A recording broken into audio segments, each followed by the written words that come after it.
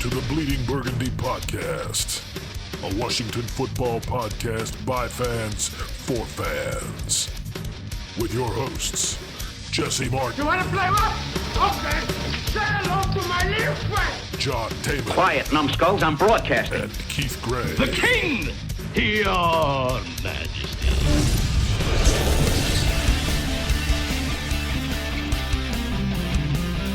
And now here's your host, John Taman.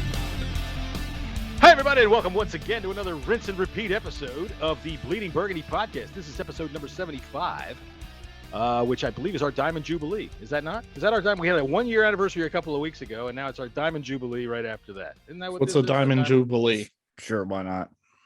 Well, I'll tell you, a Diamond Jubilee, Keith, is when you reach 75 years as the monarch of England. There you go. Which we haven't gotten quite there yet, but we're working on it. You remember when the the Redskins had the 75 years and they had Yeah. Oh, the on- diamond. yeah. Yep. All right. Makes sense. Yeah. Right. Whatever. So this is our 75th episode. So I decided to say something corny about it, and your lack of education has dragged the joke right into the mud. Which usually happens. All right, everybody. I'm John Taman. I'm joined by my hairy friend Jesse. How are you doing today, bud? Can't complain other than we're getting another fucking snowstorm this weekend. Tired of snow. So You're so Oh, yeah, we are. angry. You're Yeah. gonna get hit up there Yeah. in Jersey because, by the way, I'm speaking to my friend, the stunt double for Jackson Mahomes, Keith Gray. Yeah. I didn't even have to try with that. That's how bad that was. I don't know. You tried a little bit too hard. That was a little bit too close. I think No. you studied the film for a promise couple you, weeks. on that one. 100% on my father's grave. I did not look at a video before I did that. I did not That study. shit was spot on. He says before he did that, but that doesn't mean like the day before he did that, where he probably watched it No. 1,000 times and I do this and I do that. And I do No, this and I do listen, I remember watching it. I remember a couple of the moves that he did, and I was like, wow, that is so bad. And so I could remember those moves, but the rest of it, That shit was like, I have choreographed. no idea. that. His wife was probably next to him in the leggings going, no, do the dipsy do the dipsy do. Look, No, but what that I'll tell did you what, was, tell me what it did. what that did was is it gave me an opportunity for another bit. So maybe we'll be There you seeing go. a little bit more of those. There you go. I've always said that if you really want to get to a lot of people, emulate the most fucking ridiculous person you can find. And you did a Yep. good job of it with Jackson Mahomes, Yeah. who has That's absolutely really nothing going on except that his brother plays football. smart. And now the ambassador hate for him the for Washington that. football team, Keith Gray, has mimicked him on social media. And so that we will give him some credit for that. Yeah. All right. Well, gentlemen, let's see. This is the People's Podcast. Yeah. Yet, Yeah, the we People's are. Podcast. All right, podcasts take a seat because we're for the people. That's right. The People's Podcast. Their voice flows through us. And we That's will do right. the same thing that every other thing that claims to be the people's everything is. We will pretend to be for you, but we will do it all for ourselves. All right. Speaking of which, we are actually doing something for other people, and we're doing quite well at it. We've got the Miracle Whip Challenge, the Scott G Miracle Whip Challenge. We started that. Well, yeah, Keith, you started that by calling Scott out because for $100, you dump some Miracle Whip on your head. Yep. And we got such a response that we've got so many people that have wanted to chime in and chip in that last Saturday we put out a list of what you can donate I got the and list. what it'll get you. Yeah, you got wanna- the list right in front of you. I got the list of what's been purchased so far. All right, yes, let's get a tally. How much money have we raised? So I don't know, roughly 1,200. You said 2,000 earlier, and you like that confused me because I was like, "Am I missing screenshots?" But I've been pretty good with. Let me tell you, the secret to women is you Well, we always did, add a lot more to your estimations of size. Well, that That's what one you do. that we have one donor that hasn't donated yet. I don't think that's buying the whole entire menu. Oh yes, yeah, and she we're better talking step about- up. and that's going to be $750. So you can add $750. I'm sure she's going to do it. I mean, she seems like sure. a Is regular it person. $750? Yeah, I for that think so. list? Yeah, I think it's like $750 for the whole. Well, then entire the list. total is even more because I was thinking 480. I didn't do the math. I just went Oh. off by what you had said in You a didn't tweet. do the math. I I was mean- just looking at. Well, the I probably squiggly should have line. done the math because there's a huge difference between 480 and 750. You fucking Yeah. moron. Exactly. I didn't do the math. I was just looking. So at it. this is what we've got down so far. 4 cans of sardines, 2 cans of baked beans.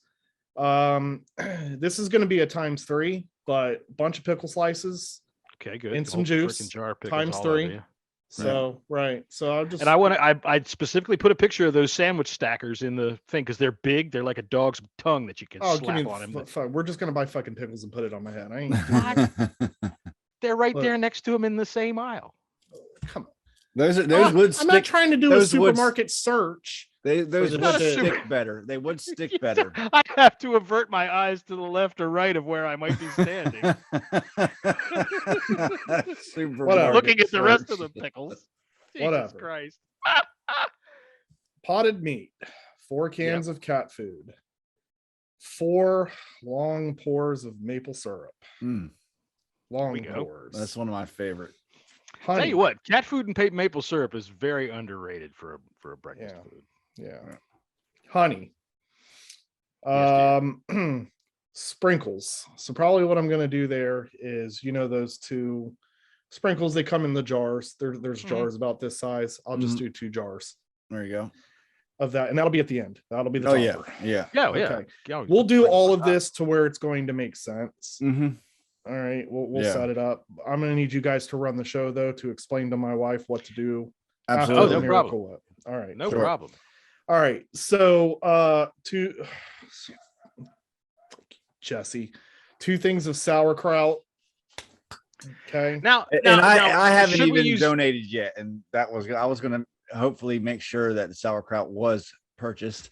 Yeah, I think that the can is much grosser than the bag, and I think that the jar looks even worse. We can do the can. It's fine.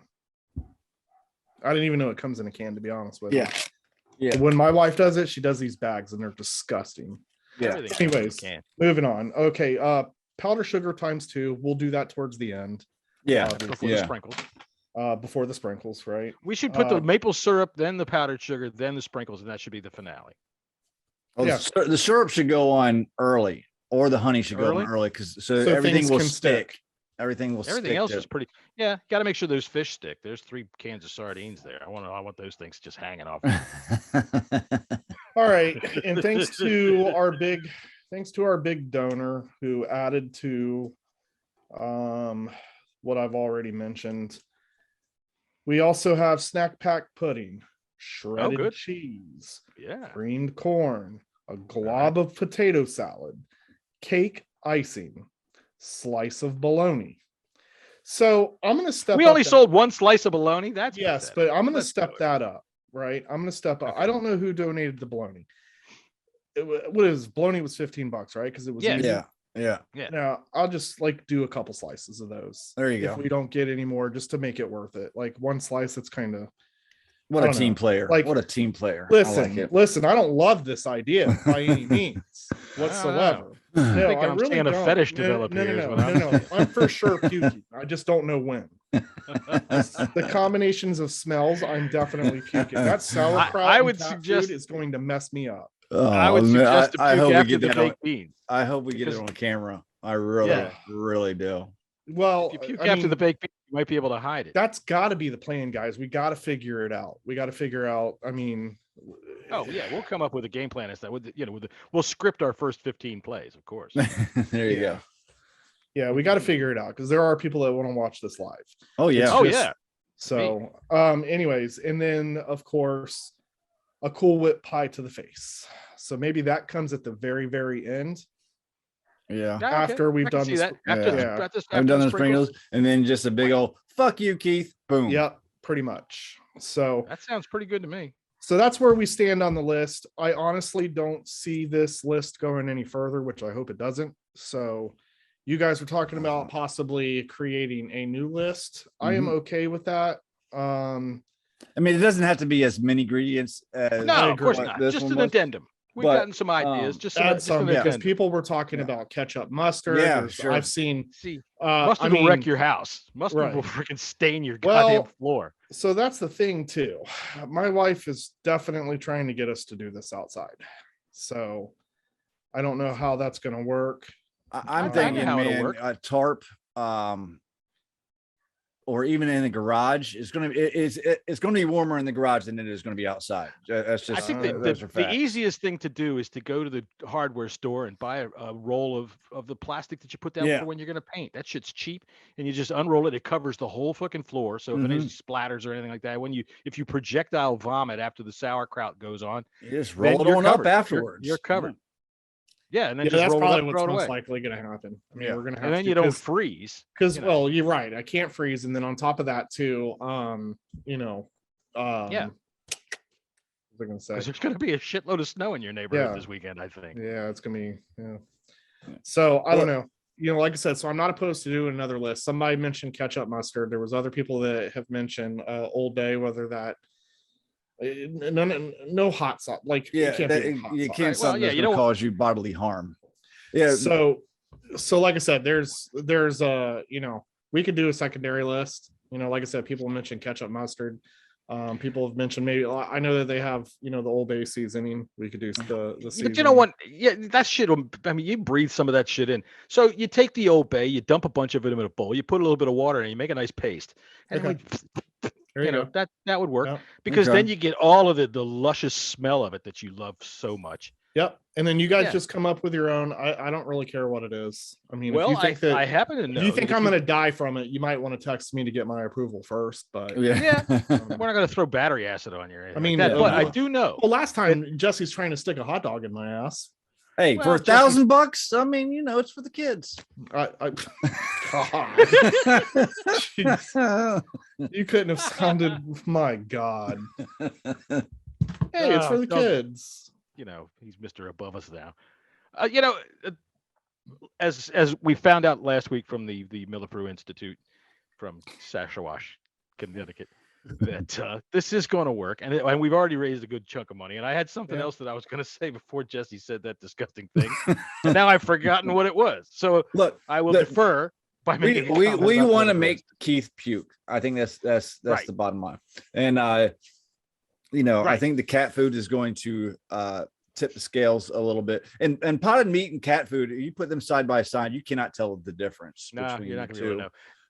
So that's going to be fun. I think it's going to be a lot of fun to watch this, and hopefully we get projectile vomiting Keith on camera. Yeah, I do have a message from Mrs. Gray right now. You can give this when we put the podcast out. You can put this in her ear right now, because I want you to turn on your phone and videotape Keith while he shops for these ingredients. I want you, especially when he's looking at the cat food, trying to decide which one's going to taste better. Not taste. What do you mean taste? Like, it could like dribble in your mouth. It's gonna be right. It's bound. I'm gonna make sure that don't happen. The cat food's going on early, buddy. That's what the cat food is going on early. But I hope she rubs his mustache in the cat food. She's gonna do some stupid shit. If we're gonna add to the list, I would like to get like a packet of that Chinese mustard that you get when you get the takeout and rub that on it. That's like $100. Just rub it right under his nose. That'll make his eyes like water, like that. Oh yeah, his eyes will water. His nose will run. My God, that stuff will cure a cold. I hate you, both of you. It's going to be fun. But it's for the kids. Again, it's for the kids. And listen, for the kids. Like before we recorded the episode on Saturday, is this really going to make some money? Yes, it did, and it did right away. And we couldn't be more thankful to the listeners out there that that have already put in. This is for a good cause. It's going to the Hog Farmers charity organization, and they do great work. As we all know, Keith is a new hog farmer, and he is doing this out of the kindness of his heart, and probably for more clout, as we know. I'm just kidding. Jeez, man, I'm so tired. He has taken his fetish for having his wife rub food on him and monetized it, and then he's going to give it to charity. I think that's commendable. I think that's a really good thing. I think you should reconsider perhaps some KY jelly or some Astroglide. They do make edible. They make it with flavors. You can get the cinnamon, you can get the cherry. So hey, he's got his eyebrows furrowed like he doesn't know what I'm talking about. Or he's thinking about it. No, and it'll make that hot dog go in real easy. Real easy, yeah. Oh God. All right. So basically with this is our list so far. We're probably going to come up with a secondary small list, which is fine. I'll continue to keep taking pictures of screenshots of people's donations if they choose to continue to donate for this. Yeah. And lots of new people too. I mean, only a small percentage of people actually donated, but it blew us away how much it was donated and by the people who did. And thank you very much. Right. Yeah. But really, there's a lot of you people out there holding out. Yeah. There's definitely was a select few, but then there was a few that donated that I was kind of surprised. I'm like, oh, yeah. Okay, cool. Yeah. They want to get in on this. I don't want to make it sound like there was only a few people, but relatively speaking, as compared to how many people follow these accounts and listen to this show. Yeah. Right. Come on. It's true. Come on. Break into those couch cushions. You got it. Right. We'll put some salad dressing on there. What do you want? Some Thousand Island? Some creamy Caesar? So after we do the secondary list, blue cheese, and we could probably do it on the next podcast, is then determine what date and what time is going to be best. I have a great idea. What? Like about 1:00 on Super Bowl Sunday. Yeah, I mean, are going to be bored to death. The NFL is going to be drawing out like Duran to entertain the crowd. Some dead old band like that. You know, the remaining members of Huey Lewis and the News out there trying to get rock and roll. You know, some stupid shit. The Cirque du Soleil guys jumping around next to him. My wife and I haven't really discussed either. I mean, we possibly might have people over. I do know what's going to end up happening though is my wife and my kids are definitely. My kids are going to be involved in this too. Apparently, they're going to. I think that's a great idea. I think the dog should be involved. Yeah. The dog should get to lick off at the end. The dog's going outside. Because I do have a dog that'll eat anything. Having people over is a great idea. We can make some hors d'oeuvres that all you have to do is just dip your cracker into the plastic. Yeah, no. I'd like to be done with this before anyone comes over. What is the secret ingredient, Mrs. Gray? Oh, it's Fancy Feast. Strap off Keith's head.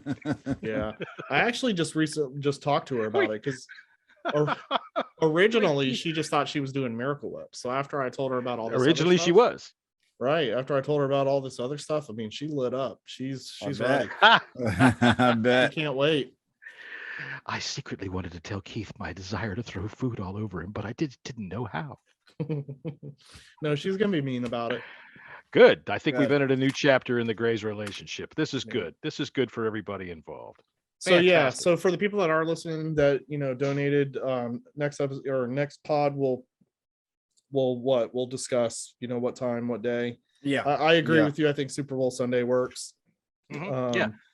And I think that works because you can just lay your head down on the coffee table and be a nice dip and a centerpiece for your guests when they come over. You're so stupid. Moving on. Oh, he sounds so upset. Oh.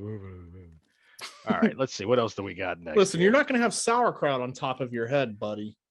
And I know you're right. She's going to rub that in my face too. Like it's not going to just go on the top of my head. What? She just said, "Sure am. Can't wait." Told you. That's right. Awesome. All right. Well, I think that maybe you should learn the rest of Jackson Mahomes' dance before you do it, so that you can do that after with all this shit all over your face. That would be. There you go. A lot of views. Yeah.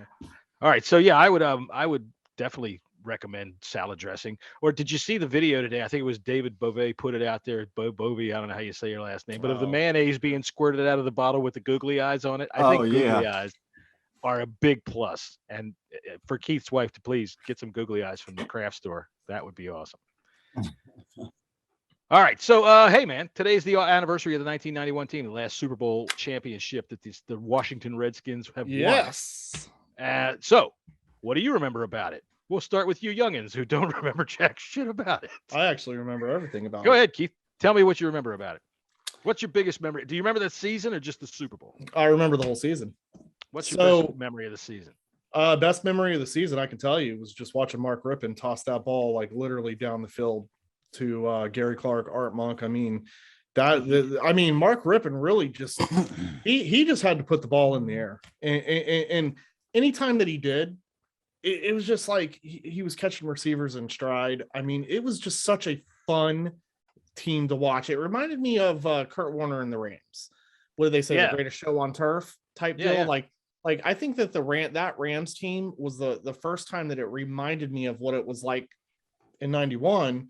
being a Skins fan. You're right. Absolutely unstoppable. Just Kurt Warner could toss the ball down the field. And I mean, those receivers were there to catch it. I mean, it was a fun time. And what I do remember about that season is my dad was actually in Desert Storm during that season. So sadly, one of the greatest seasons in, Redskins history, he actually didn't really get to see it.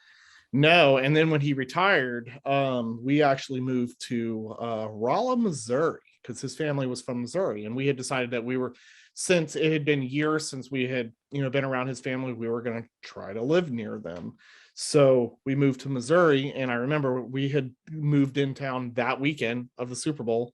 So we were, him and I were watching it on TV over at a former military friend of his at his home. And it was probably the best experience and bonding moment that I could have, with my dad. It gave me an opportunity to talk about the season with him and let him know, just how crazy it was. I mean, just how good we were. I mean, just scoring points left and right. I mean, it was a dominating team. I remember being upset that season. What I do remember is losing to the Cowboys. Yeah. And I was at the end and I was pissed, but that was because they sat the starters and so on. So anyways, back to, make a long story short, I remember sitting there watching the Super Bowl with my dad and just absolutely, loving it. And that game looked a little scary at first, but then, obviously we know the results. It was a little scary at first because we came out flying, dominating right away, but it didn't result in much. And I think we had a mistake on special teams right early that kind of we missed a kick or missed a field goal. I think we flubbed a snap on a field goal.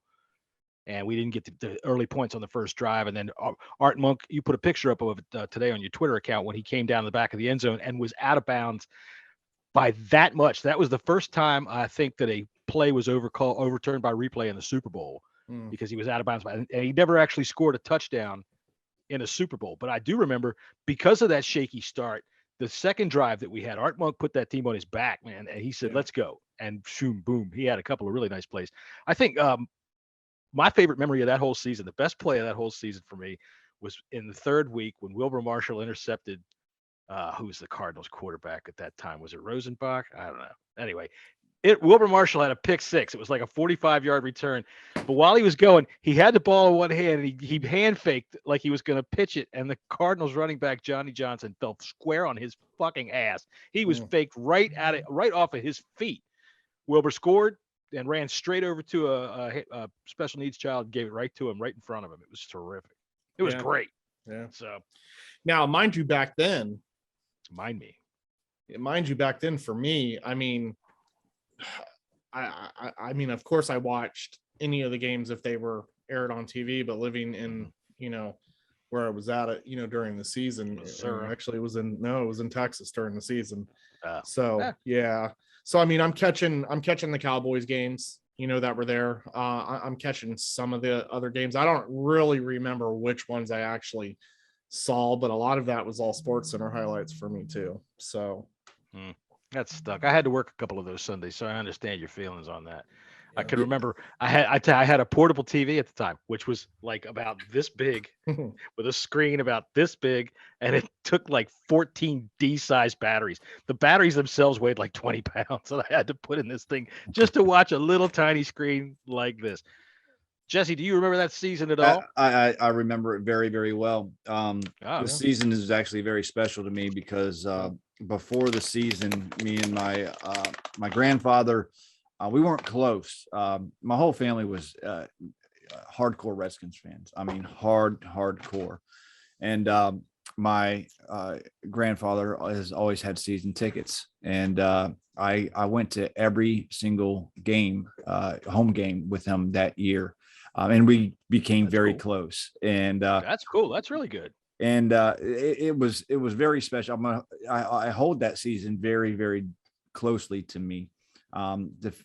Because the fact that I got to know my grandfather and right after the Super Bowl, he passed away. But I mean, I was 10 years old. 10 years old at the time. I remember the first few games of the season. We didn't first few home games. I think it was 3 of them that we didn't let have the opponent didn't give up a point. Give it up 1 point, and just sitting there. Already a Redskins fan because we, our family watches the games religiously every Sunday, and just seeing that in person with a Detroit Lions game, the first game of the season. I hardly knew my grandfather. He was always a quiet, reserved guy. By game 3, we were like best fucking friends, and it's always going to be special to me. Well, yeah, that first game with the Lions, we beat them like 45 to 40, nothing. Yeah, 45. Beat the living shit out of him. Brian Mitchell returned a kick for a touchdown. So yeah, I can see how everybody got to be real good friends after that. Everybody's hugging in the stands. Woohoo! That was great. Yeah, it was the first time I actually saw emotion out of my grandfather. He was a military man, and very reserved to himself. And he did not talk much at home. He just didn't. But he really, when we were at the games, he opened up, man. And it's special to remember that because I don't think many people saw that side of him, but I got to see it. That's really cool. That's really cool. Yeah. I can remember a couple of, go ahead. No, I was just going to say, most of my memorabilia that I actually have comes from that Super Bowl. Cause like Jesse, that was one that was special to me because I'm, of course, relating it to family. So, earlier today I had tweeted out the Mark Rippon shrine that I have, and then the helmet that he signed for me. I think it was last year that he signed for me, and he was the first one to like it. And I was like, you know what? Like, I know it's stupid because, he didn't say anything, but to me, it was just like, wow, that's cool. Like this guy that I used to watch and gave us, that magical, season that we were looking for as fans. Like 30 years later, here he is liking my tweets. It's cool. Yeah. That is weird. Cool. It's weird, but cool. It's a flex moment for me. Couple of close calls in that season. I remember the Bears game. We got on the cover of Sports Illustrated after that game because we beat the Bears, but we beat the Bears. God damn it. Fucking dogs. It was, let me try to look it up real quick. Hang on, we'll just give it a second. Are you sure you're talking about the Bears? Because we beat them I think it was like 20-7 or something. What I'm remembering is at the end of the game. Chicago. At the end of the game, Todd Bowles recovered a fumble and iced the game, and it was in question. I think it was it 20-7? Are you sure you're not talking about the Oilers game?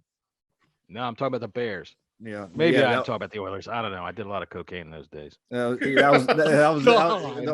to overtime against the Oilers. No, it wasn't an overtime. I'm pretty sure it was against the Bears because Todd Bowles. We had a strip sack, and Todd Bowles recovered a fumble at the end of the game and iced the game, but I can't remember. He said, I don't know. I did a lot of cocaine. Dude, it was 1991. I can't with this guy. I can't.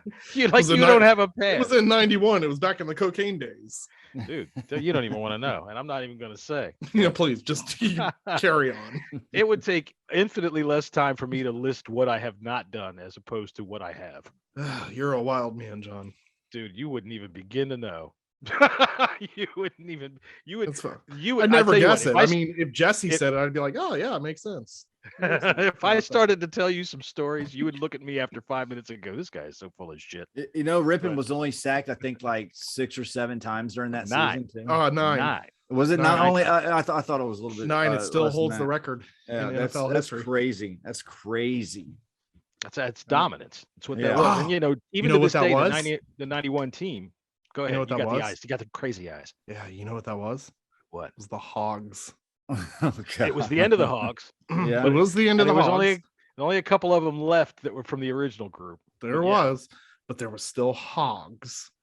Go Washington Hogs. That's right. This might be a sign of things that here on the Bleeding Burgundy podcast, we have mentioned Hogs now 5 times, and that might mean that's the name of the team. Because I do believe I saw today a tweet from our friend Rio saying that you did indeed know the name of the team, but you weren't saying what it was. No, he's getting me back. Ambassador. No, he's getting me back because I decided to troll a bunch of people today. I got bored. I saw that. Yeah. So I started saying that certain people were saying that Taylor Heineke, it was his rookie year, that he deserves another year. I would say that Rio would say that, Taylor Heineke can get us to the Super Bowl. We just got to give him a chance. Well, he does have a large Suburban. We could probably fit at least half the offensive line in there. Drive him right on down. I think I recall saying for someone that I think it was Joe, Hog Farmer Joe, that he said that Taylor Heineke's arm was just sore the whole year, and that's it was sore all year. It was sore all year. Right. He needs the off season just to heal, and he'll be able to throw those deep passes. It was sore all year. Yeah, so Rio decided to get me back and say, well, hey, if you're going to screw my mentions, I'll screw yours and tell everyone you know the name. I think you do know the name. You do? I think that you've known it from the outset. I think that you and Jason have a special relationship, and he probably ran it by you first before he even sent it upstairs to Dad. Yeah. Let me call my man Keith and see what he has to say. Yeah, none of that happened, but hey. All right, well. Anyway, the 91 team, today's the anniversary of the last Super Bowl that we had. It's kind of freaking sucks that we have to say it's our 30th anniversary, the last time we won the fucking Super Bowl. Yeah, man. But we can say this, the Lions have never won it. And my God, did we destroy them that year. We beat the shit out of them in week 1. And then the NFC Championship, I think on like the first play of the game, the first play of the game was a penalty. On the second play of the game, Charles Mann smashed into Rodney Peete and took the ball. And that was the end of that. Like, if you think about it and you just take that team, there were so many names, and like sadly we don't talk about them as being the greats, but there's just so many. They are the greats. I know they are. There's so many names. I mean, you mentioned earlier Wilbur Marshall. We haven't talked about that guy. My favorite player of all time. Of all time. You know why he's my favorite player of all time? Because nobody that I've ever seen with this team could wreck a game like he could. And one of my favorite plays of all time was against the Broncos. And I believe it was the night that Art Monk broke the record. Okay, when he broke the receptions record. Wilbur Marshall came up the middle on a blitz, and John fucking Elway, John Elway, he was going to drop back the pass, and he tried to throw it up high. And Marshall went up and smacked it right back down off the top of Elway's helmet, picked the ball off, came down, punched Elway with it, and then stepped on him on the way to the end zone. And it was just fucking glorious. Yeah, I mean, like I said, there's just so many, that was on that team that just, you tend to forget about. But there was just, because it was so many. Like, it's easy to mention guys, like Art Monk, Gary Clark, I think Ricky Sanders always falls like behind the scenes on that, and he really should. He was so good. He was such a great slot guy. So good. Oh man, he was so good. But he doesn't. Him and Gary Clark for some reason don't seem to get the same. Gary Clark is my all-time favorite Washington. Right. Yeah, but I mean, Redskins fans give Gary Clark all the due. It's the Hall of Fame absolutely that doesn't really look at this team with as much as they should. Gary Clark should definitely be in the Hall of Fame. There's no. Yeah, I mean, if you're around my age, you know who those three guys are. Yeah, there's no question about it. Yeah, it's a damn shame that he's not in there. I remember so much. If they put Tony Baselli in the Hall of Fame in a couple of weeks without putting Joe Jacoby in, I am going to shit in a bag and mail it to goddamn Roger. Do you know a fun fact? When Jaguars got inaugurated, I actually went because I was living in Florida at the time, and I actually went there for that madness. I met the commissioner. It was Paul Tagliabue at that time. Mm-hmm. But man, Baselli was like, he was like the selling point of the Jaguars, and honestly, he was hurt so much. Yeah, like he was a great tackle, but he never played. Right. That's all I ever remembered of him was getting hurt. Was I'm like, out. man, they headlined this guy like he was going to be the greatest player in NFL history, and it just it didn't seem to work out that way. But the Hall of Fame mention for him to me is a bit of a mystery because he has the reputation as being this great tackle, but he was never in the game. He was never there. Right. He was so great that the Jaguars, they left him exposed when the Texans came on board. They, everybody for the expansion draft, they left him exposed. This is your Hall of Fame tackle. You left him exposed because he was a chronic injury that missed probably 10 games a year. I'm not going to look it up right now, but that dude missed so much time. Yeah. He missed season after season. And when Joe Jacoby, who was the prototype of the big tackle that can move and get outside. Did you see the picture that I tweeted of him? That guy is a monster. He was a beast. He could play every position on the line. As a matter of fact, I think I saw him play everyone except center. Yeah, so I think you're right. He never got himself hurt. He might have missed a little bit of time here and there, but you never saw him as a malingerer. You never saw him with any chronic injuries. And for somebody that size, which, by the way, they say that the Hogs were so big. They were so big one of the funniest things that I can tell you to go watch is they'll have it. I mean, if they show the full replay, because they'll start doing that on NFL Network, they'll show full Super Bowl replays. If they do Super Bowl 17 against the Dolphins, because when they introduced the line, the behemoth at 293 pounds, Joe Jacoby, I'm like, 293? My God, he'd get thrown out of the freaking stadium by a left tackle now. Nowadays, so, yeah, 340 easily, 320 easily. Everybody's bigger, stronger, faster. Nowadays. Well, listen, but he was the prototype. Yeah. Before him, he was the one that showed, and before him, there is no Baselli. Listen, there was fans. Rick Snyder posted or tweeted a picture of what he looked like back then. Like that was the look. Oh yeah, that was the look of a fat man. Yeah, I was gonna say, because that wasn't the look. I never looked like that. I looked no, but that was the look. Like if you were a big dude, right? Yeah, you're most definitely rocking a mustache, and you're most definitely wearing a button-up shirt where the buttons only go 3 up, and that's it. Chest hairs are showing. And like I said in that one thread, he's also driving a van that cuts you off in a freaking parking lot and says, "Hey, I got some stereo equipment. You want to buy some stereo equipment? Look at this car stereo." Right. Yeah, no, it's an absolute crime that Joe Jacoby is not in the Hall of Fame. It's fucking stupid. Yeah, absolutely. Really, I mean, it's unbelievable. I mean, they put Russ Grimm in, and he deserves to go. Yeah, but sure. I thought Jacoby ahead of him made more sense. I agree. Jacoby, I agree. He's one of the greatest of all time to play offensive line, period. Yeah. And it's just a crime that he's not. And I will say this, Devin Hester going in front of Brian Mitchell, I think is a sham.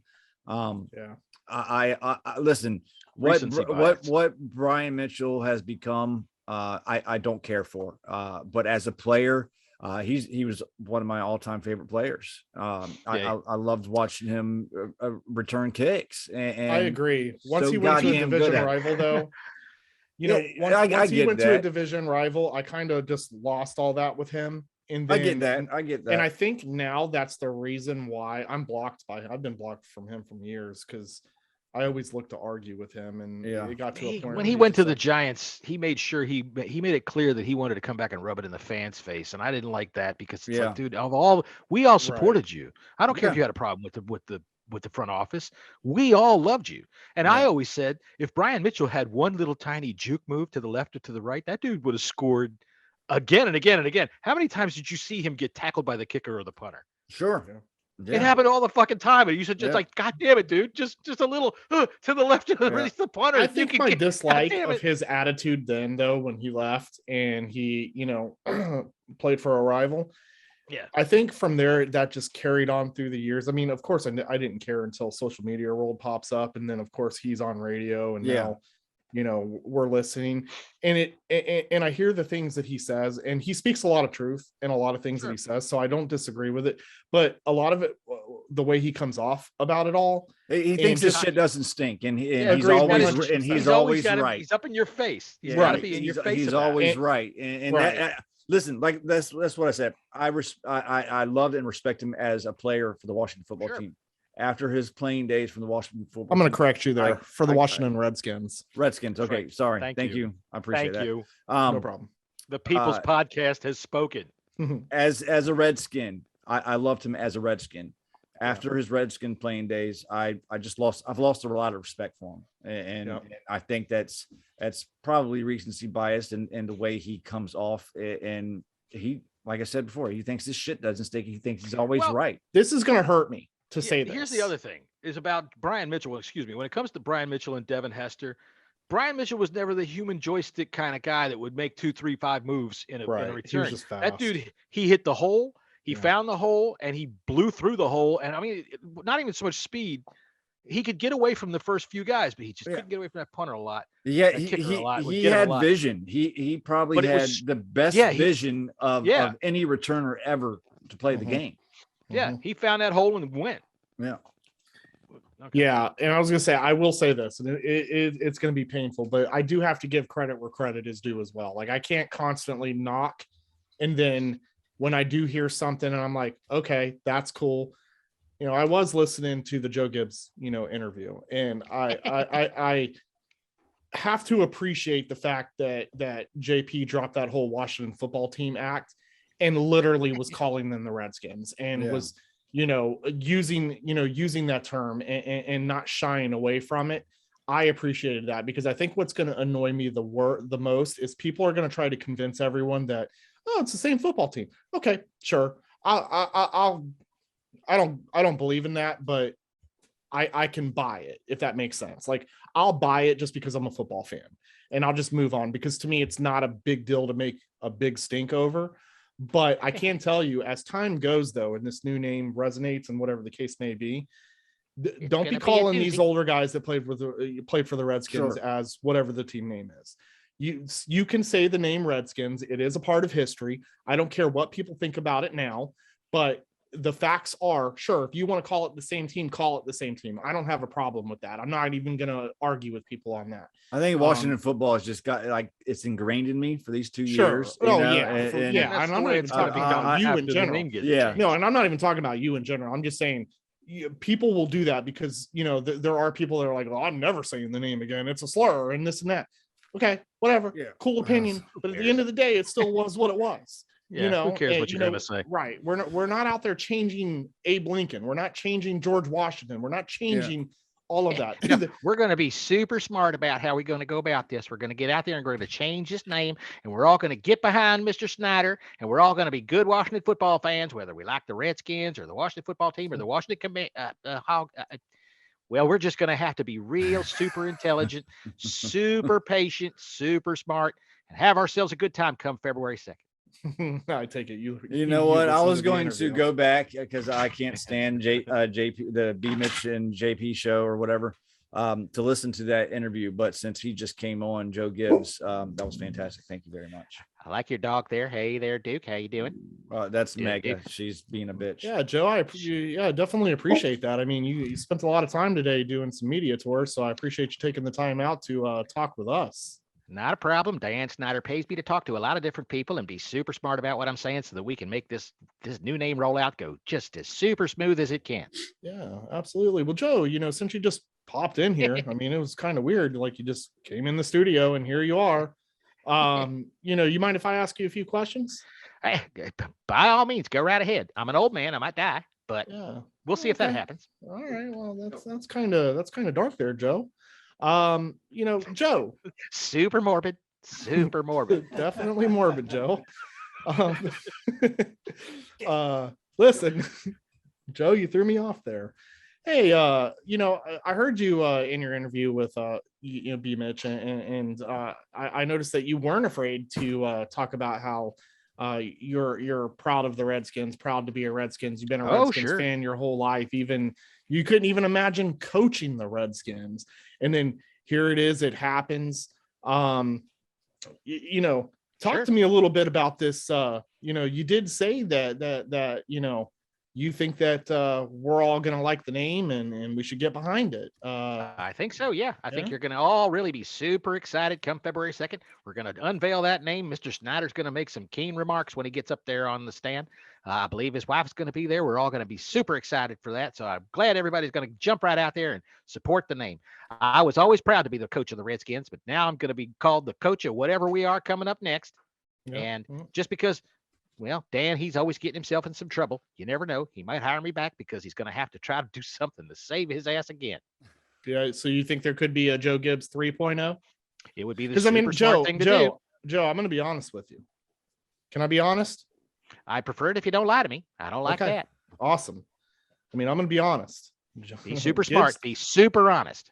Gibbs 2.0 wasn't very good. I mean, Joe, you were terrible. I don't know if I would say that I was terrible. I was very super loyal to a bunch of old guys that, well, we all did really good 20 years before that, but we sure didn't look very super smart coming back. Well, we would have had a much better time about it if certain things didn't happen. Well, I think we were on the right track. But as we all know, certain things derailed it, and one of them being that Dan Snyder's a cheapskate and wouldn't sign my bonus check. I mean, now that's not true. I'm not going to say that and start any rumors like that. I'm going to be super smart and shut my mouth about that. I mean, you are currently working for the team now, right? Like you do hold a position. I wouldn't necessarily say I'd call it a position. I would say that the team basically relies on me to give it any credibility whatsoever. And I think that would be the super smart thing to do, is to keep coming back here and putting my name attached to it, because that's the only thing that makes Dan Snyder look like not being the little tiny super smart piece of shit that he is. Well, Jesse, I'm going to pass it on over to you. Do you have any questions for Joe? I mean, the legendary Joe. I mean, we're talking I'm just the legendary Joe. I'm just in awe right now. So that's a super beard really... you have there. I appreciate that. I've worked long and hard to keep it nice and shiny and fluffy. I mean, have you really? It's super fluffy. Super fluffy. Joe, do you know the name? I do. I do know the name, but I have to be super smart and super secret about telling you what it is. But you're going to be super excited when we unveil that name on February the 2nd, which is going to become known as Super Wednesday. It's a Wednesday, and it's going to be on the Today Show, and it's going to be super cool. Everybody's going to be there, and I'm just going to have myself a great time, because I'm in my 80s, I think. So that means I get up real early in the morning. I have my great. I think I am. I'm not being very super smart about how old I am, because I don't have my Google in front of me. Joe, you're awesome. Hey, listen, to piggyback off Jesse's question, Charles Mann's also, oddly enough, doing a media tour as well. And he was quoted as saying that the alumni are not very fond of the 3 finalists. Well, that depends. They know on the name, but alumni. they're not fond with any of them. Yeah. Some of them, they what are you going to say name. to fans like me? Well, I think I'm going to say, I'm Joe Gibbs. You better goddamn bow down to me, because I am your God and Savior of this damn football team, and you damn well know it. I mean, you would just love to meet me. 2.0 is terrible, though, Joe. What would I say to you? I would say, get up off the ground. You're goddamn making me embarrassed. I mean, what do you expect? Yeah, Jason Campbell. I mean, well, I did. I had Jason Campbell. I gave up. I didn't want that little snot-nosed Aaron Rodgers. I decided I'd rather take Jason Campbell instead. And boy, that turned out to be not necessarily the best super smart move that I could have made. I took Carlos Rogers too, and I should have known something right then and there, because when he walked up to accept his jersey on the stage, he fell off the stage, and I should have thought right then and there we should get his eyes checked. And that was. I thought he dropped his jersey. Well, that was after he got up off the floor. It was they couldn't he couldn't catch an interception to save his life. No, he couldn't. And, that's kind of my fault. That I wasn't very super smart when I drafted Carlos. I said, I want me a goddamn cornerback that can cover. And I didn't specify that I also want one that can read a goddamn dot chart, but I should have. And that's just my fault. But I did my best. Clinton Portis, he came in there for us. He put on an extra 20 pounds. He never became the running back that he used to be, but he did quite well for us. He got us to the playoffs that one year, and now he's gone and got himself thrown in prison. And, well, he wasn't very super smart about how he was treating his insurance company. Well, I will tell you, Joe, though, Clinton Portis has said in the past that you were one of the greatest coaches for him to be around. But let me remind you, you weren't very good 2.0, Gibbs. Sorry. Well, you are talking to a legend there, Keith. A little more respect will go a long way. Listen, I've got a lot of respect for Joe, but at the same time, I mean, if you're going to do a media tour, I mean, I'm just going to remind you that, yeah, you were a legend in your time, but I mean, Gibbs 2.0, you were terrible. Well, I wouldn't necessarily call it terrible. I mean, you don't see me coming down to Wendy's and making fun of you while you're putting together those cheeseburgers. That wouldn't be very super courteous of me. I'd just like you to go ahead and get the pickles and the lettuce on the right order there. And from what I understand, you're going to be quite well at learning how to build all sorts of garbage sandwiches. Here comes. I mean, I feel like at 80 something, you think you probably shouldn't be eating Wendy's, Joe. Well, I got to tell you something. That is super none of your fucking business, and I'll do whatever the hell I want. All right. I mean, I'm sorry, Joe. I didn't mean to. Joe, you're going to go calling me a failure in my second go round, and now you're going to tell me I'm going to get fat, and that's not. No, sir. Don't get me wrong. I mean, you won 3 Super Bowls with 3 different quarterbacks. That's legendary status. Come down there and give you the super jab across the lip there. All right, well, Joe. Appreciate your time there, buddy. How come anytime we do anything 2.0, it never works out, Joe? Well, that's because it's never as good as the first time. Never as good as the first time. That's why you keep masturbating. You keep masturbating because that first time. Joe, all right, Joe. It's amazing. Joe, this is a kid friend. Joe, legendary Joe. This is a kid friendly show. We appreciate your time. I'll tell you something. You ever stick your finger up? Joe. Goodbye, Joe. Joe, all right, cut him off. Cut him off the mic. All right. Dang. That was Joe Gibbs, everyone. Legendary Joe Gibbs. Legendary Joe Gibbs. Listen, I was wanting to hear what he had to say next. That sounded interesting. Listen, we are the People's Podcast, and I mean, I know he's a legend. The People's Podcast. I know he's a legend, but Sometimes you got to bring these legends down a little bit. Oh yeah, take them down a peg. Way to go, Keith. Yeah, absolutely. That's a way to do it. I mean, they walk around like they're kings and stuff. I'm just kind of here to let them know. So what's everybody talking about on Twitter? Oh yeah, the quarterbacks. The quarterbacks. Well, we got the one where we're 1 week from the name drop. 1 week from today, we're going to find out what the name is, and then we'll all have things to scream about. Oh, I think after the name drop, the quarterback debate's going to even get worse. Obviously, yeah, it's bad enough as it is. I mean, we've already had a good raucous quarterback debate on this show. Which, by the way, I got to tell you guys, as podcasters, we got to stop yelling over one another. We can yell at each other, but when we're all three yelling at the same time, nobody understands any of that shit. It's hard to do though. I know sometimes it's tough. So 2/2/22 is next coming. week. It's next week, 1 week away. I mean, is anybody getting like excited about this, or is it just like I feel no excitement like whatsoever with it? And I don't either. No, it's kind of like build excitement, right? You're gonna have to do that. Get Dan Snyder out there with a drum and a flag. We're gonna do it. Here it comes, February the 2nd, 2022. We're gonna become the new name of the Washington whatevers. Maybe he goes the Paul Brown route. We could become the Washington Snyders. I think that would be a good excuse for assassination. You could do that. And you could go to court and say, look, he called it the Snyders. I would immediately switch teams. I've got no ties to DC. Virginia can kiss my ass too.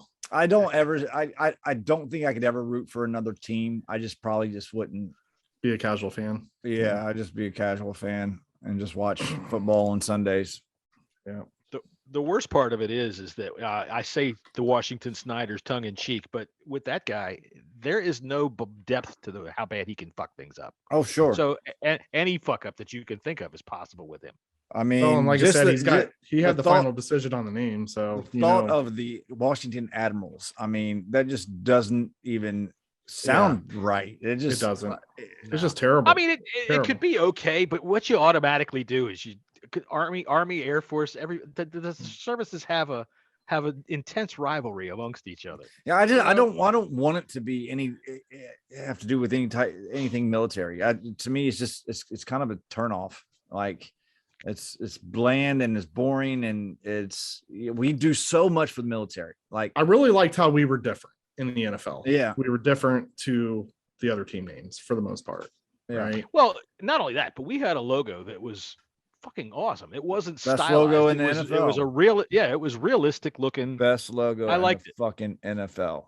I liked it. But we're gonna get a new one a week from today, and nobody's excited. Who gives a shit? It's like having Christmas in Afghanistan. No, boy, I'm gonna get another rock or a bag of sand. What's extremely frustrating about it, and maybe I shouldn't be frustrated, but I feel like as soon as this name gets dropped, like there were so many people inquiring about, well, is the website going to be ready? Is there going to be merchandise ready? It's almost like, okay, I get it. You've had 2 years to kind of move on from, the Redskins name and so on. And you're on board with this new, situation. But it's like, my God, can the name and logo actually be in the grave first? Can you let them get settled in before you start spending a shit ton of money on new merchandise? Like I have no desire to buy new merchandise right now. I just don't. I'll buy my ball cap. I always have a ball cap. That's what I mean. Yeah. Like I'll buy something, just to have, but like, I'm really not trying to run to the internet to go shopping on this new stuff. Some people will. Farmer Chris. Yeah, I know. They all will. They all will. And there's a lot of people that will too. And listen, I get it. Fine. Let them do it. If the logo's badass, it's something new, it's something different. But man, I feel like what it does is it diminishes what we already have. Even though I know it's stuff that we can still wear. But after a while, though, it's going to get to the point where, people are more and more going to be on board with this new name. Yeah. And what we're currently wearing now will kind of phase out slowly but surely. Everything comes back. Put it in your closet for 20 years, and then when you wear it, then I don't have to do that though. I can wear it for the rest of my life and be fine with it. Ever getting rid of this. Right. This is my favorite. My favorite long sleeve shirt right here. But then what it'll look like out in the public is that we're old grumpy people that can't accept the fact that the team name has changed. I don't give a fuck what other people think about me. Yeah, I shouldn't either. Like I really don't. I don't care. My man walked straight in the Hershey bar. You know he don't care. I just feel like so many people are okay with this. I feel like there wasn't enough. They got no choice. What else are they going to do? Well, I know that there's not a choice. Nothing was going to. It would have been nice to see a fight. I know, but it still would have been nice to see a fight. There was a fight for a long time, but for 20 years. I'm not talking about for the team. I'm talking about with the fans. The fans, they didn't really have anything to do about it until it got taken away. They rolled over. The majority of them rolled over. And listen, it's not their fault. Look, I'm not attacking the fans here when I say that they rolled over. Look, they had nothing to be. What are you going to do? They did roll over. You can protest, but you can't. You can't. They rolled over quick, but they had nothing. They had nothing to be proud about. And I guess that's the disconnect. And so I understand where they're coming from. So I'm not attacking the fans when I say that. And I think like anybody under the age of 30. Our age group, today, we really should have fought it, even though we knew that we were going to lose. We really should have showed our displeasure, and really should have barely. Listen, a lot of our age group aren't on social media too. I know. You got to think of it that way. And like John was saying, 30 years ago was the last time we won a Super Bowl. I mean, anybody we haven't won. The generation they have nothing to connect to it. Yeah, we haven't won since, and we've been nothing but a national joke for their lives. Pretty much. It's true. I keep forgetting that I'm on an app that is average 25. Right. So they don't have anything connected. Imagine a 43-year-old making fun of Jackson Mahomes doing a stupid dance. Like, I need to grow up. God. No, you don't. Keep doing it. Now I know, because it's my personality, and that's not going to change. Dude, and I got told by somebody the other day that I was out of touch, old, and the world has passed me by because I think that they fucking should keep the overtime rules the same.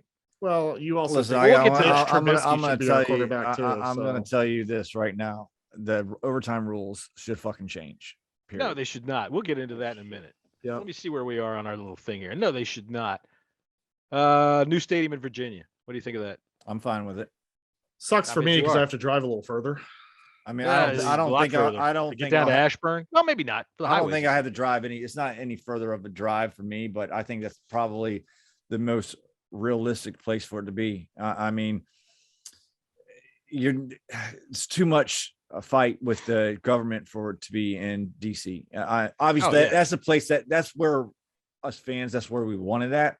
But it's just too much to overcome. And way the government is right now fighting back and forth, you're not going to get bipartisan support. People forget that the federal government has control over that shit. Yeah. They're not going to do anything to help. Ashburn's 3.5 hours for me, so it definitely makes things slightly more difficult. If I were to continue being a season ticket holder, which I have, especially if you got to drive that section of the Beltway, 3.5 hours by Google, but by the Beltway, when you get around to that section of the Beltway, maybe during 5 certain hours times. That's what I'm thinking. Like, you just got to do what I do and stay Saturday night. I mean, yeah, I know. Got to figure that into the. But you have to figure this too. What he'll do is if he builds that stadium out there, it's not going to be just a stadium. It's going to be like freaking Snyderland or Redskin land, whatever the hell you want to call it. Oh yeah, he's going to make it greater than anything that's out there. There's hotels, but they're going to be expensive. It'll be the whole thing. You look at what the Cowboys built. He's going to do that. I wonder if we continue to lose, what fans are going to do, especially after we do get a new stadium.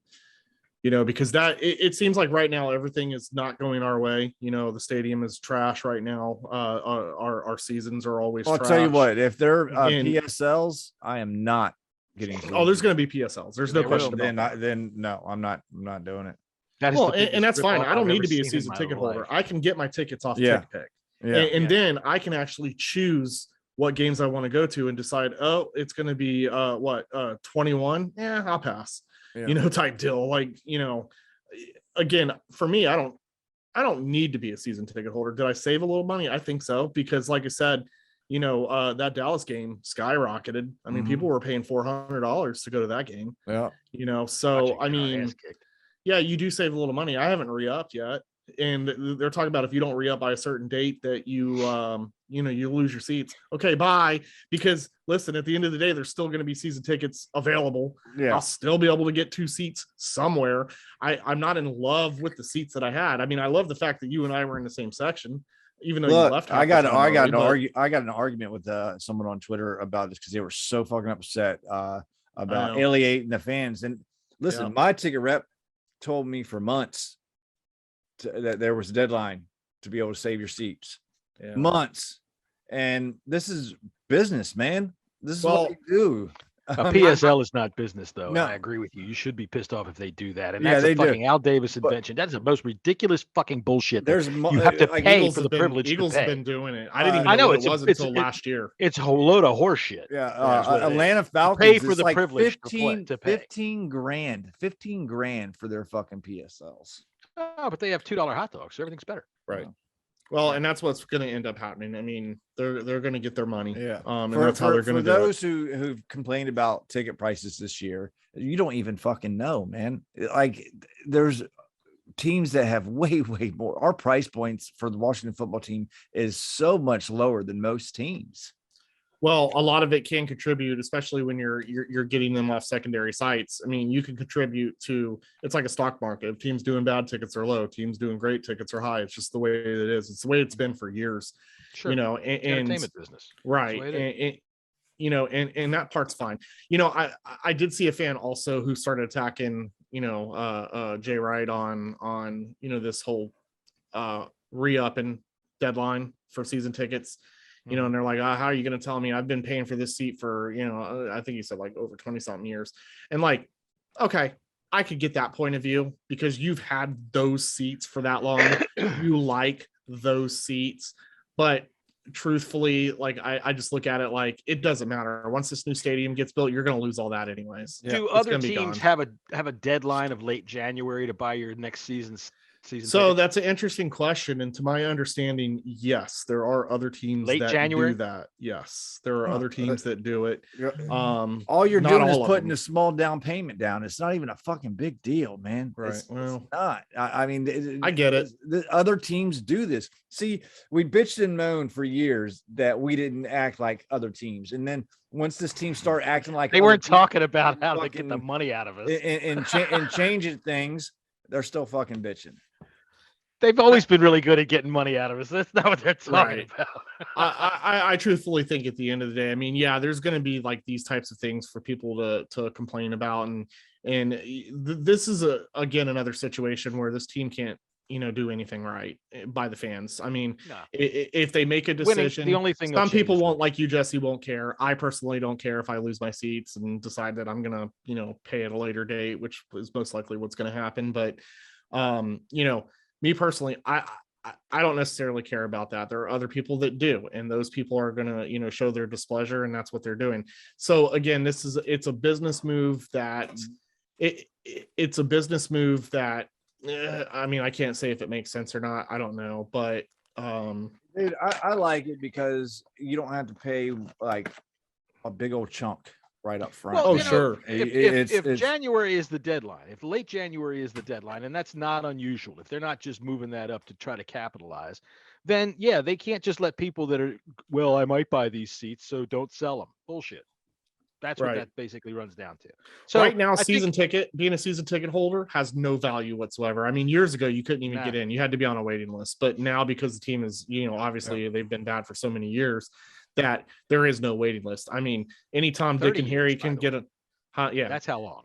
Anytime Dick and Harry can get on the phone with a rep right now and say, hey, I want season tickets, and there's going to be, they're available, and it's no problem. So really, honestly, this whole January deadline thing is kind of odd to me. I get it. It's a business decision, but it's kind of odd to me because again, I'm not married to my seats. I know a lot of people aren't, but there are people that are, and so, obviously they're going to see, a different point of view, and notate their displeasure. I didn't bother getting into those arguments because I feel like no matter what, they're entitled to their opinion, and their opinion isn't wrong. My opinion isn't wrong. I just honestly, for me, I just don't care. Right. They're notating their displeasure. Yeah. All right. Well, we've gotten to the point now where we're not going to have time to do our season in review yet. So we'll have to push that off till next week when we do the first 4 games. So let's have a good old fashioned argument. I think the fucking overtime rules should stay just the way they are. So what do you say, Jesse? You go first. No, I think it's stupid. It's dumb. It's bullshit. I think both teams need to have the opportunity to fucking score. I mean, the first touchdown bullshit is, I think it's dumb. It's stupid. It's been like this for years, and it's a touchdown. So actually, it hasn't been like this for years, so to speak. Yeah, it has. It's been no, it's not. It's relatively a new year. The one was like 10 if years. they kick a field goal like and 10 you win. years. Like 10 years. I'd look that up. I'd even say it's less than that. Sudden death went away about 10 years ago. Okay, whatever. Maybe. I'm gonna look it up. Look it up. Yeah, he might be close. It might be 9. So in Jesse's math, that's 10. I thought sudden death was fine.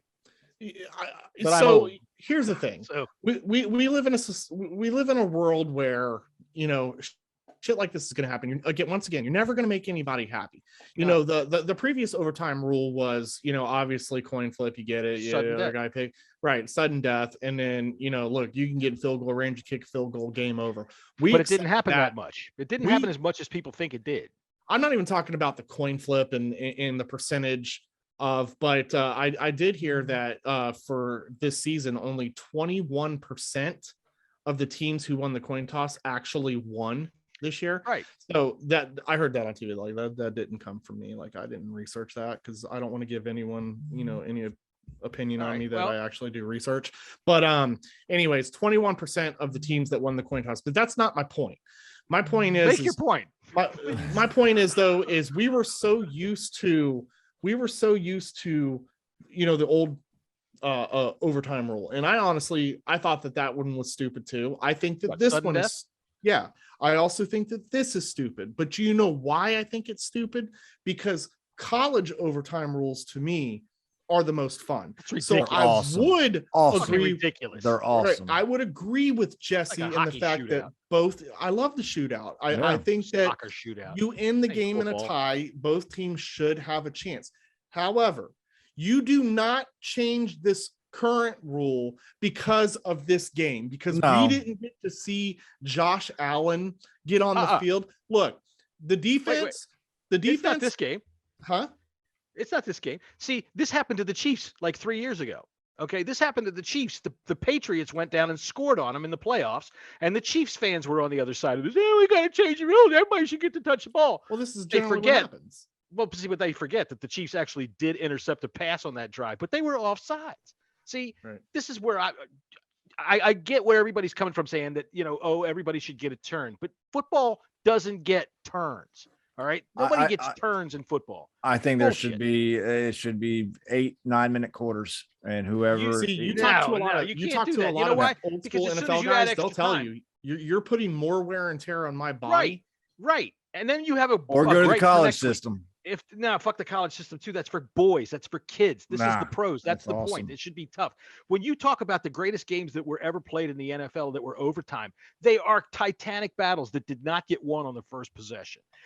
This particular game, look, the Buffalo Bills are the number 1 defense in the league, and from the 2-minute warning on, from 2 minutes to go in the game on, they gave up 194 yards and 3 scores. Stop them. They gave the lead to them twice inside the 2 minutes. 77 passing yards from the 2-minute warning on. From Mahomes. The game was amazing, though. Let's talk about that. 13 seconds. A lot of people. That's the thing. People are yelling at me. Well, you know, the Chiefs collapsed too, right? But the Chiefs collapsed. The Bills collapsed last, and that's the whole point. The Bills collapsed last. 13 seconds. 13 fucking seconds. All you have to do is stop them from making a 44-yard drive. It's not like it's a given that they're just going to do it. So when these people tell me it's not fair. You want it to be fair, then win it in regulation. Because I agree. After that, there's 3 phases to the game, and we saw it all happen this weekend. Okay, the special teams got the freaking 49ers right. The Packers got a punt blocked with 5 minutes to go in the game. Right, 4 minutes to go in the game. Touchdown. Overtime is not exciting. That's the problem. Overtime is not exciting, and I think that's why people refer back to the college rules, because both teams get to touch the ball. Regardless, honestly, I think both I saw some of the best college games of my life. But they're not games. You're going to get playoff games. You're going to get games that are going to end 76 to 74. And people are going to go, "That's good football." No, it's not. It can be. Both teams need to touch the ball. I think both teams need to touch the ball. Figure it out. Both teams need to touch the ball. Then take it. See, you could keep the original overtime rules right now, and then let both teams touch the ball, and then obviously it's not sudden death. Because sudden death is sudden death. They don't call it first sudden score death wins. anymore. It's overtime. No, I know, because they got rid of sudden death. All right, hold on. It used to be called sudden death overtime. But I'm saying you keep the overtime rule. If first score scores 7, it doesn't matter. You can score 3, score 7. The other team could touch the ball, and if they don't match the points, game over. Or if the first team scores 3 and the second team scores 7, game over. What they tried to do with this rule was still keep that sudden death feel. Yeah. Right. They made it hard. Over. They made it hard. They gave the defense. This is where I get so aggravated because people just make it like it's a coin. What's the coin? It's not a coin flip. It's not a coin flip. It's a 75-yard drive for a touchdown. That's what it is. The coin flip just gets to determine who gets to try one first. All right. And it's not a given that the number 1 defense in the NFL should give up a 75-yard drive for a touchdown. It's not a given like everybody seems to think that, it's just so easy that they're going to go right out and score. And it aggravates me to no end that people watched that amazing fucking football game and all they think determined it was a coin flip. The fuck's wrong with y'all? Well, I don't like the overtime rules. I'm just saying, I think both teams should touch it. I don't think you can change it because of this game. Because you can't. You're setting a precedent that anytime you're unhappy with something, bitch and complain, and then. But I think that that's just what everything is. Competition committee should take a look at it. I mean, think about it. Yeah, I disagree. Nothing to think about when. But listen, as far as the playoff games goes, this year, I can't think in recent memory of it being a bet as good as games that they've been, It's been great. 100%. I mean, dude, look at what we got this weekend. We got Joe Burrow gets sacked 9 times and wins. Still wins, yeah. You know why this is a great game too, though? Or why these games were great? And this is just, again, my take. It's back to an offensive league again. It was not. Points. It depends on which game you're looking at. It was offensive there, but in Green Bay, that was a low-scoring game. Understood. It would have been higher if that weather conditions weren't like that. It could have been, yeah. Not necessarily, but you had who saw the fucking 49ers beating the Green Bay Packers? I didn't. No one did. I did not. No one. I did not. But I think weather played a lot. They won on a blocked punt. They won on a blocked punt. Yeah. And the Packers special teams has been suspect all year. 49ers took advantage, man. And I thought that a block punt doesn't have anything to do with See how many people saw that the 49ers won, and now there's actually people that want Jimmy G. Of course they do. Okay. Well, I have to tell you, I think didn't win because of him. My hot take for the year, we saw the best football over a weekend in years. We did. This Sunday, gonna be terrible. I don't think these games are gonna be lopsided. I tell you what, though, the Bengals played the Chiefs real good a couple of months ago. I lost a good chunk of money. My Super Bowl picks, I put $100 into it, but Rams and Bills, they've been my Super Bowl pick for all year long. Tampa. And it was so close, man. God, I was going for the Bills so fucking bad because I think that would have been a good Super Bowl. Dude, all right, so that Buccaneers game was great too. I mean, it was a blowout for 3 quarters. It was a laugher, and then all of a sudden, boom, boom, boom, boom. So we got Rams, 49ers. We got Cincinnati and Kansas City. Chiefs. These games are not going to be good. I think the Rams 49ers and Rams game have played great good. games. They played good games all season. No, I think the Rams are going to take it. I think it's going to be an easy win for them. I don't think it's going to be easy, but I think I don't think they're going to blow them. I don't think they're going to blow them out, but it's going to be an easy win. Now Burrow versus Mahomes, that game's intriguing because Cincinnati's been playing so good, and their defense has been playing better too. I think that game could go either way. I really do. Tell you what, Chiefs all day. I think I'm going to have to take the Chiefs because the offensive line of the Bengals just isn't up to the task, and I don't think that Patrick Mahomes is going to let them get away. Too. Well, I mean, get sacked 9 times and win. The Chiefs aren't going to let him get away with that shit. Yeah, but the Titans have one of the best defensive lines in the NFL. They do, but they have an offense that couldn't capitalize on it. Right? He kept throwing interceptions. Tannehill kept throwing them. The first play of the game was an interception. Going back to the Chiefs aren't going to do that. Going back to the Rams and 49ers, if Aaron Donald He has the game that he had. He was murderous. The 49ers are done. The 49ers has beat the Rams twice this season already. Yeah, they have. Their defense is just as damn good. And I'll tell you what. But Matt Stafford, all the people were like, "Oh, Matt Stafford sucks." Well, guess what? That's the only stat that's going to keep this game alive, in my opinion.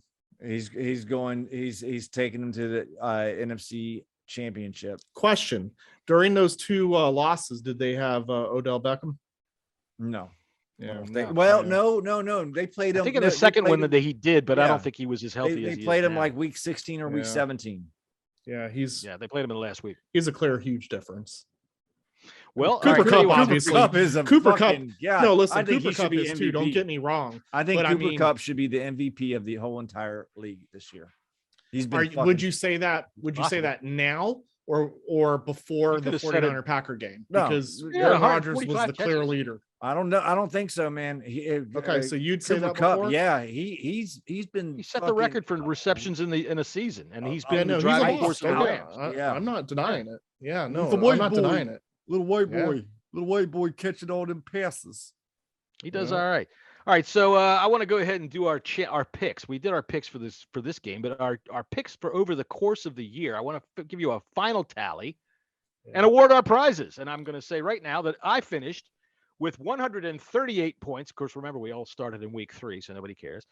Jesse came in just behind me at 137, and Keith was dismally in the last place with 23 correct answers all season long. Hold on a second. That was terrible.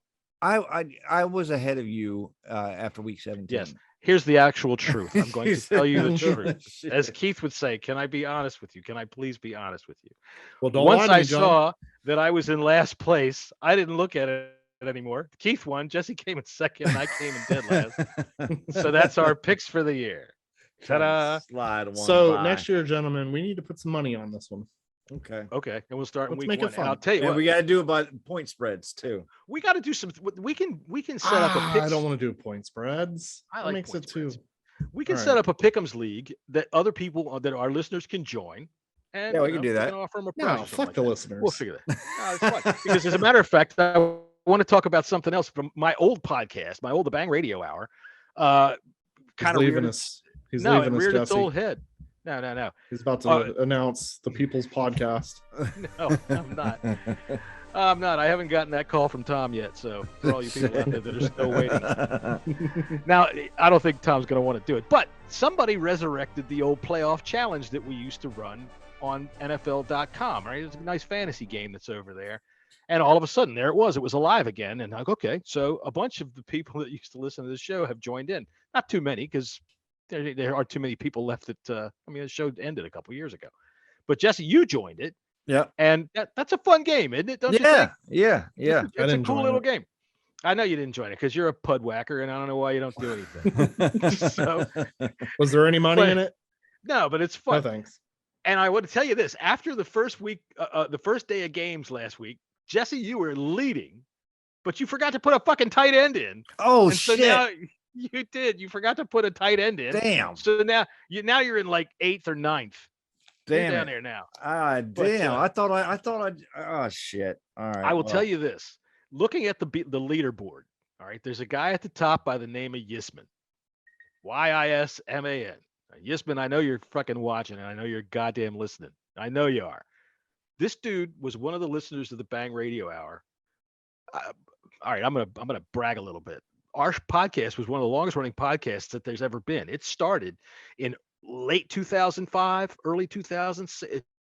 The Hurricane Katrina was our first week of our episodes. That was our first one we did, was right after Hurricane Katrina, and it went for 15 seasons. Lord, so that's like 1956.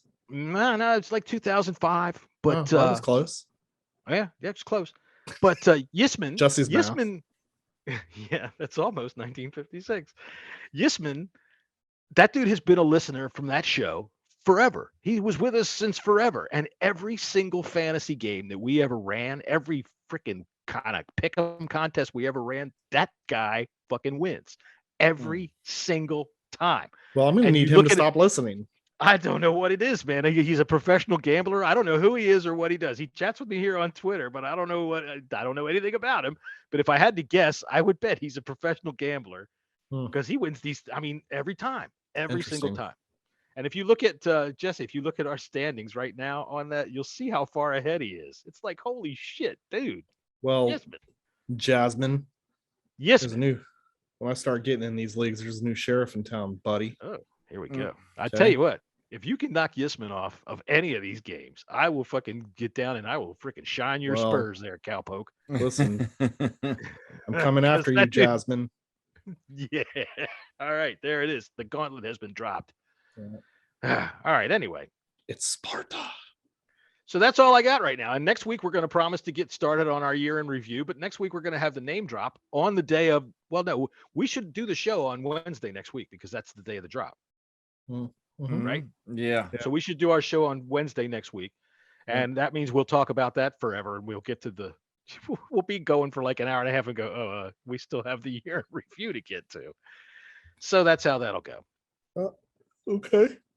So if you got anything left, say it now. Otherwise, I'm going to call an end to this long-running podcast. Nah, man, I've got nothing. Keith is spent. Yep. Donate to Hog Farmers charity.org. Yeah, if we're going to do a new list, we got to find out. We're going to have to put a thread up to ask people if they want us to do a secondary list. Yeah. Oh, God. They're going to give you so many stupid things. Well, we don't have to listen to them. People. If there's one thing we have found out, fans are stupid. That's true. They should shut up and sit down. That's true. God, I'll tell you what. All right, then. We'll be done. Yeah. Say your thing, Jesse. Whatever we're supposed to say. We're not saying that. Right, we are the People's Podcast. Signing out. The People's Podcast is now signing out.